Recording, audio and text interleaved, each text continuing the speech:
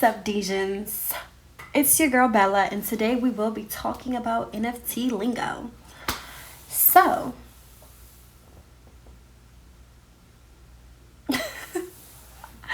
I just my brain just went somewhere else just now. Anywho, the first word we're going to talk about is FUD, which is usually, typically see this in a lot of discourse. Most recently, it has been Twitter. Usually Discourse, but now it's in Twitter. Most recently, I've seen it in Serial Club. So yeah, FUD is fear, uncertainty, and doubt. That is FUD. It just basically makes people not want to mint the project before it actually launches. Rug is it can be used for Twitter. I'm just gonna explain rug. Rug is when Twitter crashes or when someone kind of gets cut out of audio in a Twitter space. A rug is when founders disappear and take profit with no warning. That's like the best way I can explain that, which sadly I've been in like 3 rugs or 2, can't really remember.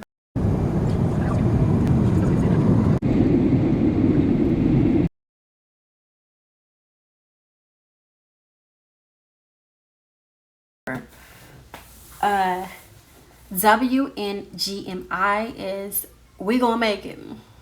WAGMI is we all gonna make it. Flippers are people that sell an NFT for a higher price. Sometimes, they could be considered people who really don't know how to flip. Like, they'll literally come in the space and they'll flip, quote unquote flip, for like $5 profit. Because I'll just be doing the math. I'm like, hold on. So if the mint costs $270 and you paid around $50 in gas, and then you also have to pay to list, you're telling me you're selling it for $300. Now, ma'am, sir, did you actually make a profit? What's the point of actually getting in the project?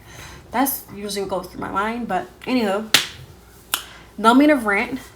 So a whale is a person with a lot of money, or in this case, a person that has a lot of ETH. Paperhands are people selling before the project actually went up. Never be that person. Please don't come in this space and be that person. I beg you. Diamond hands are people that don't sell to make a quick profit, aka your girl Bella. I don't do that. A floor, we usually say floor, open sea, which is like the lowest price listed. That's the floor. Like the little saying that goes like, you're only as strong as your weakest link. That's the case for a lot of our projects. So the person, whoever's listing the lowest is like kind of brings the value down a little bit, I guess you can say. So yeah, we're talking about the floor, the person who has like the lowest listing or the lowest listings that are listed. So to sweep the floor, now you know what a floor is. To sweep the floor is to buy the lowest listed NFTs in a project. And if you've been into crypto then you know like what bear and bull is. A bear market is that's down, very bearish about this project, don't really care for it. Bull, the market's up, or you're bullish, you're like all in for this project, this is your project, you're going in. FOMO is fear of missing out, and this typically happens after a launch a project, and the people who didn't get to mint or who didn't believe in the project, when they see like the price going up or something like that, they kind of just want to just buy. Like you'll see you'll see like everybody just kind of under activity, you'll see like everybody just coming in and buying. It could be like every minute, every second, like it goes crazy. Anyhow, Dejan, something that I kind of refer to you all as like a little inside joke. It's a degenerate, someone like me, people who make risky bets. A funny story, I kind of fumbled around 20K last month. Don't want to cry, but yeah, I fumbled 20K last month. Technically, I fumbled way more than 20K last month, but we're just going to say 20K to make me feel a little bit better about my decisions. So when Limbo is something that people typically ask. Discord, on Twitter Space, is kind of funny. It's kind of like asking like, when are we moving? When is this project going to take off to get us to getting a Lambo? Okay. To ape into a project, jumping into a project without much research or no research at all. Something that I have to stop doing. I get a little bit too excited and I just want to just be like, okay, I see this project is trending. Let me go and jump into it because I feel like I'm about to reach FOMO, fear of missing out once again.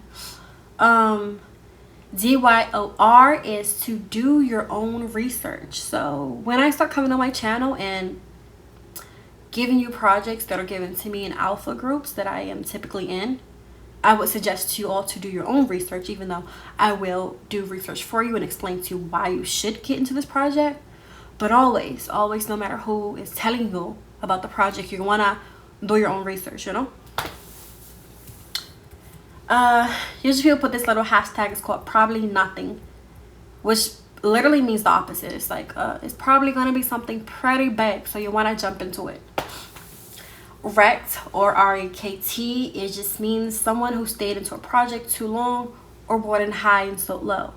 Something that I did last month. Like, yeah, very sad about it still. I did this quite a few times. Whitelist or allowance list, stuff like that. It's just a list that you get on so that you can mint before everybody else.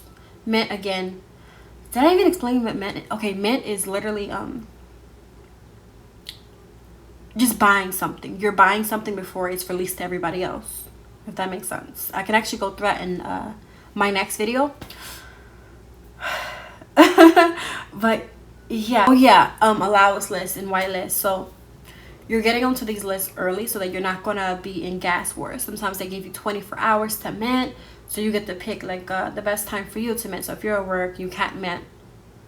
Now you have time to actually, you know, go home and mint after work. You don't have to worry to be at a time that everybody else has to be on. So like the public may have to mint at 5 p.m. and if it's a popular project, it's going to sell out a few seconds, or it can get botted out or just bots, literally just bots.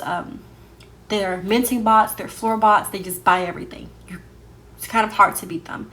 The only people I know that's actually like had a successful contract in beating bots are a project that I just mint last month.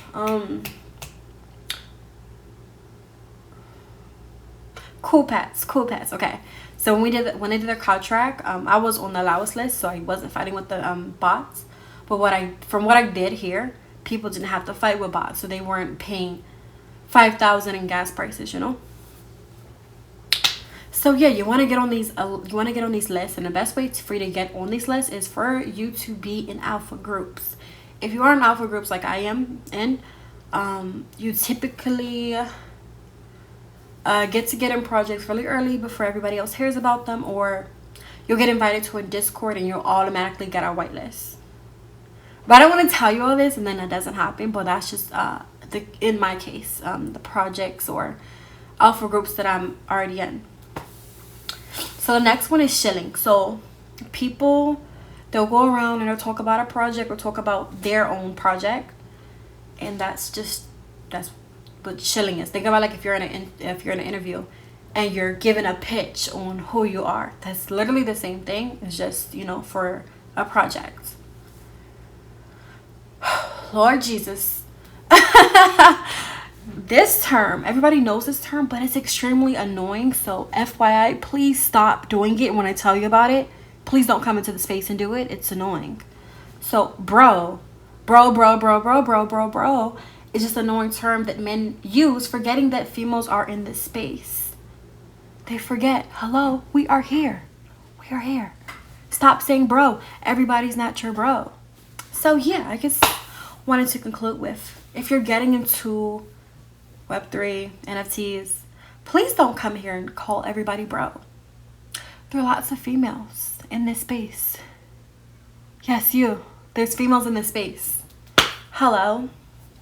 But on a serious note, yeah, I'm just gonna go over how to mint from MetaMask in my following video. So if you like what you have learned so far, please like and subscribe, comment down below.